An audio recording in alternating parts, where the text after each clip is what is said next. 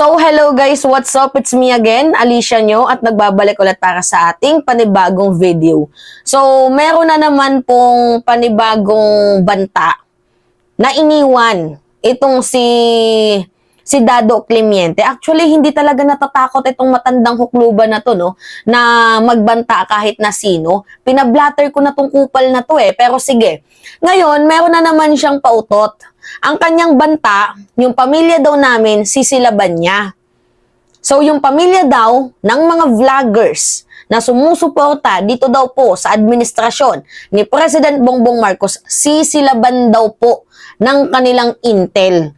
Yan yung sabi ni Dado Climiente. So, Jake Magnus, o kung nakikinig ka man, sisilaban daw ni Dado Climiente yung pamilya mo. O Chris Ulo, kung nakikinig ka man, sisilaban daw ni Dado Climiente yung pamilya mo. O Sir Mike Sir Mike, diba? Si Mike Aberen, si Takero, lahat po ng sumusuporta dito po sa administrasyon. Sir JDB, yan, munting tinig.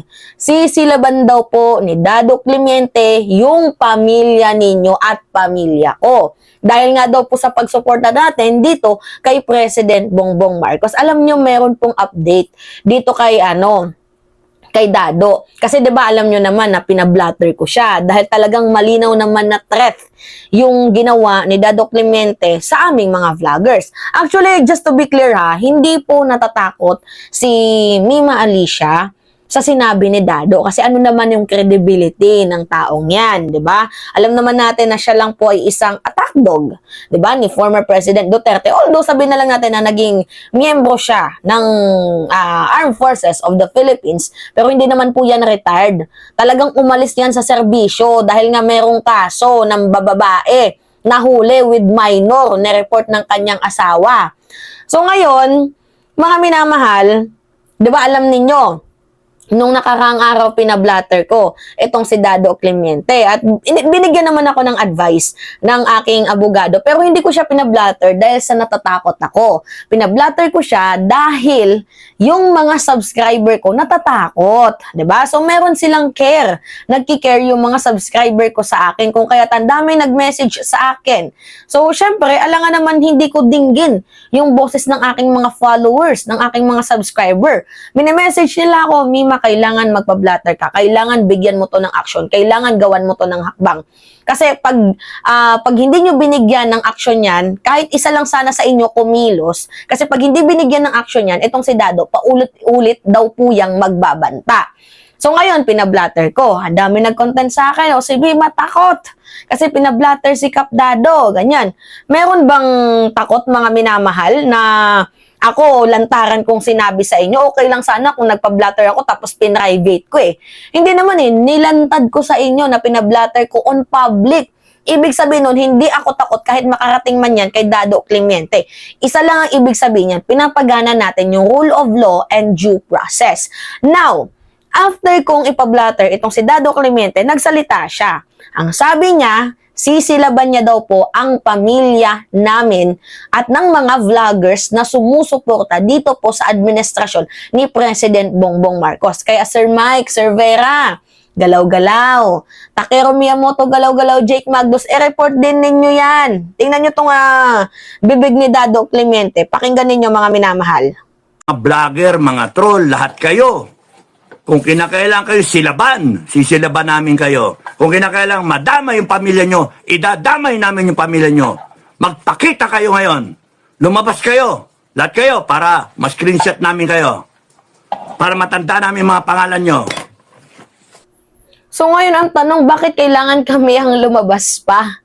Nakikita naman kami on SOCMED, nakapublic yung mga name namin. At bakit kailangan mo kaming ipahanap? Bakit kailangan mong idama yung pamilya namin? 'Di ba? Nagtataka lang ako. Kasi ito yung pangit sa kanila Ang hilig nila sa ad hominem. 'Di ba tayo kaya nating makipag-argumento, makipagdebate without using ad hominem. Pero sila tingnan nyo, pok-pok, mamamatay tao. 'Di ba? Ganon nila tayo sabihan Pero tayo gumanti ba ng ad hom? Hindi. dinadaan natin sila sa rule of law and due process. Itong ginawa kong pag-report, proseso po ito. ng batas. Kasi merong threat at yun dapat yung ginagawa. 'Di ba? Kaya dapat, tingnan nyo ako, simpleng mamamayang Pilipino lang ako, pero alam ko yung batas. Kapag merong threat sa akin, usually i-report. 'Di ba? I-report sa police. I-report sa batas. Hindi katulad ni Sara Duterte, may threat sa buhay niya, ang gagawin niya, ipapapatay kita, President Bongbong Marcos, House Speaker Martin Romualdez, Liza Araneta Marcos, putang ina ninyo. Hindi ganon yung tamang gawain. Buti pa nga ako hindi ako nakapagtapos, hindi din ako abogado. Pero alam ko yung batas.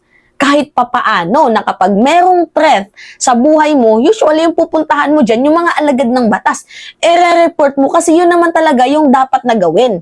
Kasi alam naman natin mali yung ginawa ni Sara Duterte, alangan naman sundan pa natin. Okay, sabi na lang natin, tinret kami ni Dado. Hindi naman pwedeng i-response namin, i-threat din namin siya. Diba na, papatay namin yung pamilya mo. Hindi naman tayo ganun, diba? Ang ginagawa natin, kapag may threat, report. Diba? Simple as that. Hindi natin kailangang gumawa ng mga movement na hindi tama, na nakakasakit or nakakadamay ng ibang tao na hindi naman involved sa issue. Ano kinalaman ng pamilya namin sa issue na to? Diba wala naman? Ba't nyo kailangang idamay? O may mga friends kami, families, relatives, bakit nyo kailangang idamay? Alam mo, Dado, nag-aral ka naman, diba? Alam mo yung batas Tapos ang lakas ng loob mo na magsabi, na mag-threat sa amin ng ganyan na idadamay namin yung pamilya mo. Ngayon, yung video mo nasa NBI na. Tandaan mo, Dado, yung video mo nasa NBI na. Hindi papalagpasin yan ng gobyerno. Kung meron man mag-report or pumunta sa inyo para mag-serve ng warrant of arrest, hindi ko alam kung anong process yung mangyayari sa'yo kasi nandyan na i-report na sa National Bureau of Investigation yung mga threat na ginagawa mo. Hindi lang sa amin ng mga vloggers threat na ginawa mo mismo sa ating mahal na presidente. Hindi na namin kasalanan yun kung makukulong ka. Nandyan na sa NBI sa aking pagkakaalam dahil meron pong nag-message na nasa NBI na daw ang video na ginawa mo na threat sa mga vloggers at threat dito po sa ating presidente. Alam mo yung bunganga mo, dapat nililimit mo yan yung bibig mo kasi may pamilya ka din, tandaan mo yan. Alam ko yung address mo. May nakapagsabi ng kinaroroonan mo, Dado Clemente. Diba?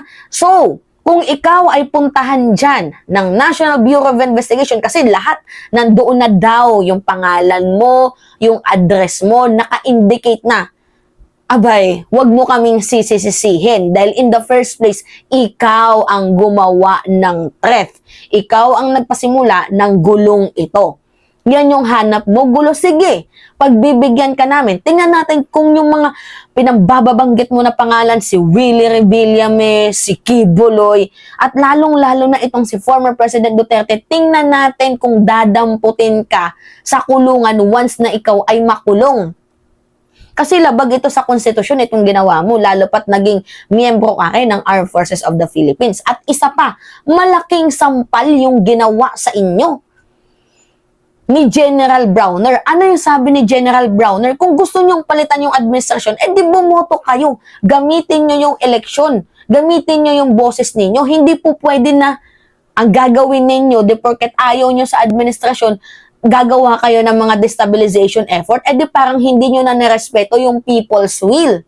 Well, kung sa bagay, kailan nga ba nagkaroon ng respeto itong si Dado Clemente? Isa lang naman itong naturang kupal na nagpakilalang retired, pero ang totoo, hindi naman talaga siya retired, natanggal sa serbisyo dahil nga merong kaso about sa pambababae ng minor de edad na, ang sabi daw, asawa niya yung nag-report. Diba? Ang lalim din pala ng baho ni Dado Clemente.